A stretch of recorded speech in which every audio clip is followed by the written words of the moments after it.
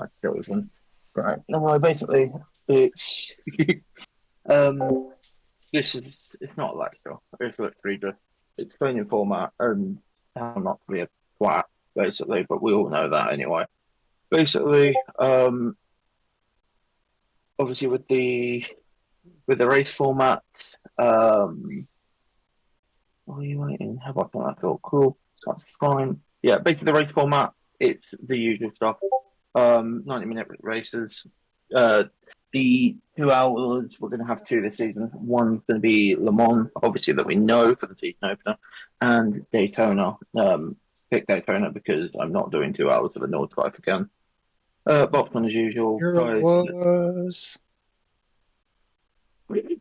Um, Tires are 2x. It's all the stuff in the regs, right? But like I said, just that other update of we've dropped the fuel refuel rate.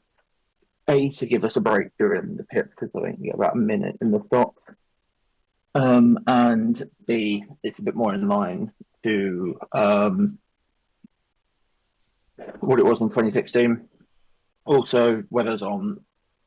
It's random. It never rained apparently, but it might. Basically, what this means is the qualifying is probably one of the biggest changes this season. So there's going to be two qualifying sessions, one for each class. They're going to go out individually, and it's going to be up to those um, on their own in the class. Qualifying is going to start at 8 o'clock. Basically, whoever whoever is in the lobby, and green ticks is who's going. If you don't manage to make it in time, you're going to the back of the grid. If you're a prototype, basically that means you are going to the back of the grid. And I don't mean the prototype grid, I mean back of the grid, like in WEC. Um, basically, yeah, there's that. Obviously, so Group 3s we'll send out first, P1s after. We're going to be operating one-shot qualifying, which may spice up a little bit more of the results of qualifying. Basically, the qualifying time is going to be calculated to allow an out lap and one flying lap. So, for example, at Le Mans this weekend, it means a 5 minute session with a 180-second continuation coming P1. And in Group 3, that means a 10 minute session with 30 seconds continuation time. If you don't manage to get a lap in, I mean this in the nicest way possible, tough shit. You, it is what it is.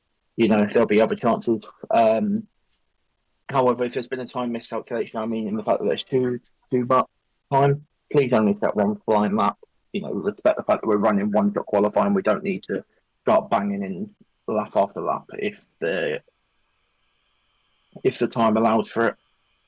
Basically, we're also going to be moving to a new point system. First is 20, second is 17, then it's 15, 13, 12, 10, 9, all the way down. We've brought the points a little bit closer to hopefully try and keep the championship alive a little bit better. Fastest lap's obviously one bonus point as its pole position. Double points for the final race. It's a tradition we've kind of been introducing, and it's one we're going to keep. Basically, what this now means, we're also going to be running drop points. And for those of you that don't know what drop points are, basically it means each driver's, in our case, we're running 2 rounds.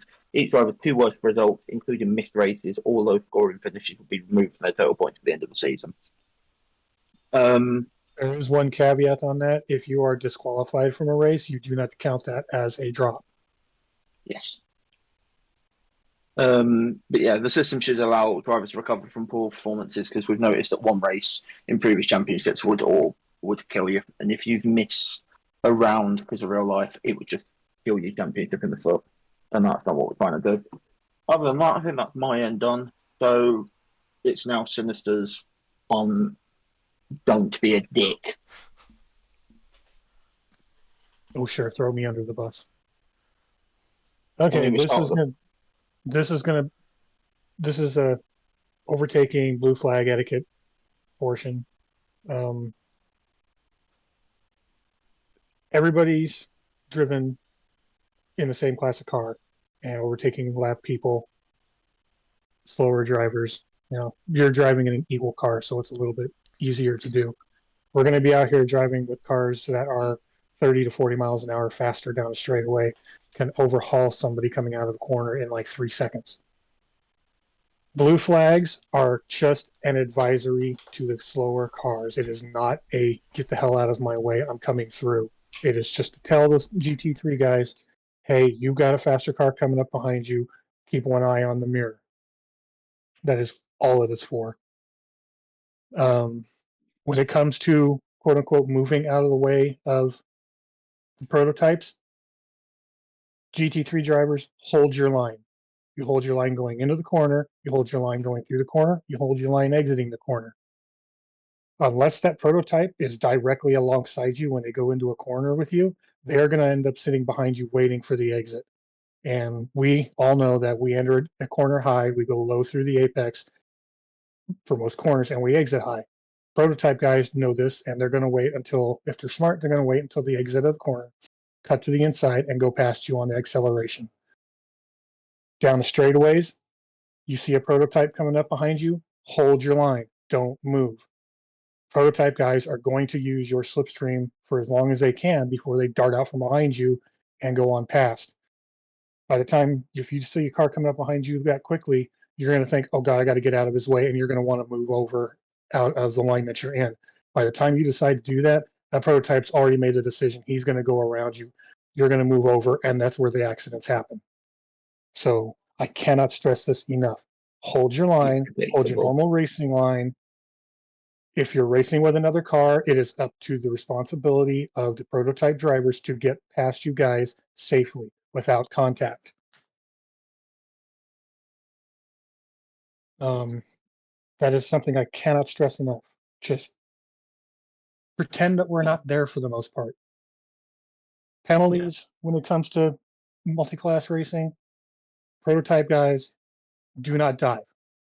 If you are not alongside that car, do not dive bomb the GT3s. You will not like the penalties that are going to ensue if you take somebody out doing that. It It's the should same. ultimately end up leading to less drama, fewer Yeah, that crashes, just, cleaner you passes, know, less tickets, and people shouting at you. people think that, multi-class racing, when you've got two different cars, it's kind of easy just to stay out of the way. Trust me, it's not.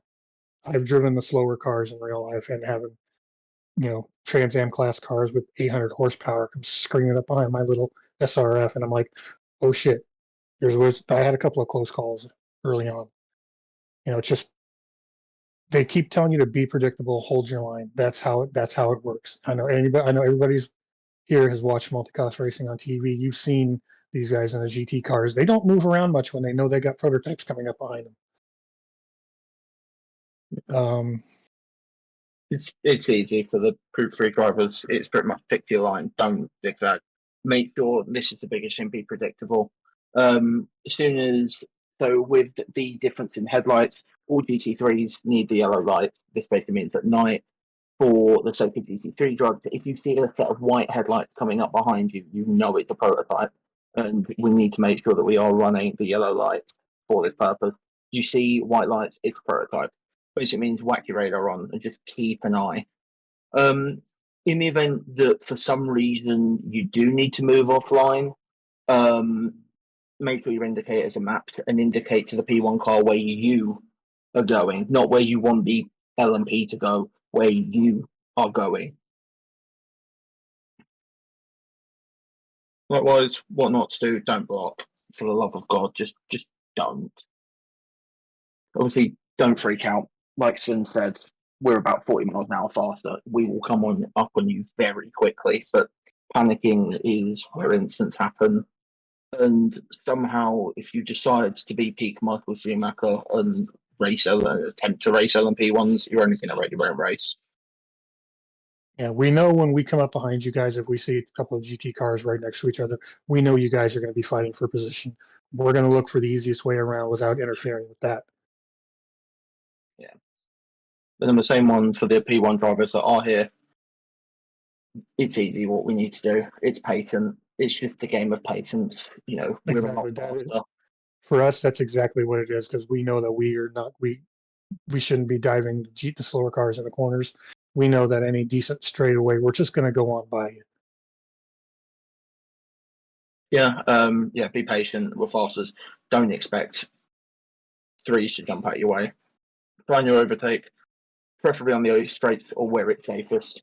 At Le Mans, for example, if you're coming down to the bottom of the straight, it's safer just to lose a few tenths, sit behind in the through the hairpin, and then get them as you come down towards Indianapolis Menard. But again, for us, P1s, more importantly than the Group 3s, make sure you have your indicators mapped. You And need your just be indicators aware, and headlight flash. and you GT3 guys, just be aware.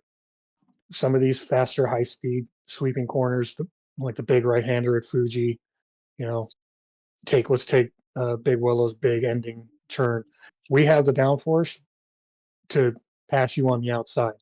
So just be aware of some of those big sweeping corners. If you see a prototype coming up behind you and he starts moving to your outside, hold your line because he's going to go around you that way. Yeah. And then likewise, what not to do. Simple. Don't dive bomb. Don't force them off track. Don't expect them to yield, like we say, blue flag to advisory. I know the game says give way to faster cars, but it doesn't. Yeah, just It's ignore that. very hard. It's very hard to get a penalty from it, and if it does, we will look at it. Another But thing, another thing, the last couple of races in our previous season, there were quite a few incidents of people running other cars off the track. Doesn't matter if it was a slower car or faster car, and then carrying on. Warning you now, if that happens, you're going to lose your points for that race. mhm. So if you knock Also, another car off, slow down, give it back, yeah, try again. yeah. Also, I know that because it's a team event in the upper class, we're likely, it's not confirmed, but I think more than likely we're going to be sat in our two-man teams in parties. Group 3 drivers, you're welcome to sit in a party together like we always do, but it's only just because if we're discussing strategy or other things. But if we are in the party, this irks me so much. Don't doubt of the Group 3 drivers. Like, yes, there's blue flags going. No, that doesn't entitle you to be screaming blue flags, move out the fucking way. And yes, I know I have done it, but yeah, Yeah, it's MJ. something that,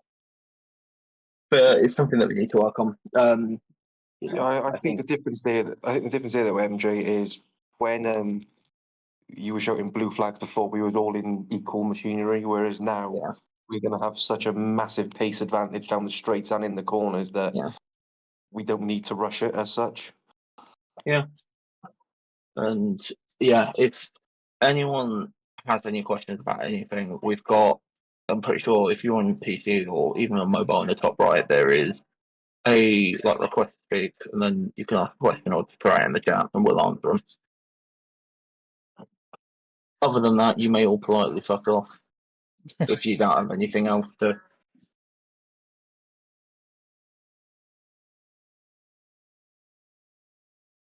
I don't see any questions. Oh, yep. Definitely. Yeah. Thank you. This is something we're trying to do, just because this is going to be hopefully our best season yet. Yeah, this is going to be our best season yet. We've Multi-class got. racing is an extreme. What's the word I'm looking for? I can't throw It's it out. it's an exercise in coordinated patience. Yeah, but because obviously this is going to be our best season. You got people in the AM category that haven't fought for wins like in months since the community's open, suddenly going to be at the front of their own pack fighting for wins. Up here in the P1 battle, it's very interesting. I think everyone's quietly got their eyes like on the Nissan, to see how that does in comparison to the rest of us. But also at Le Mans, far boosted, but that's kind of standard for boosted. We're all running the same times within about maybe a second at most. So yeah, it's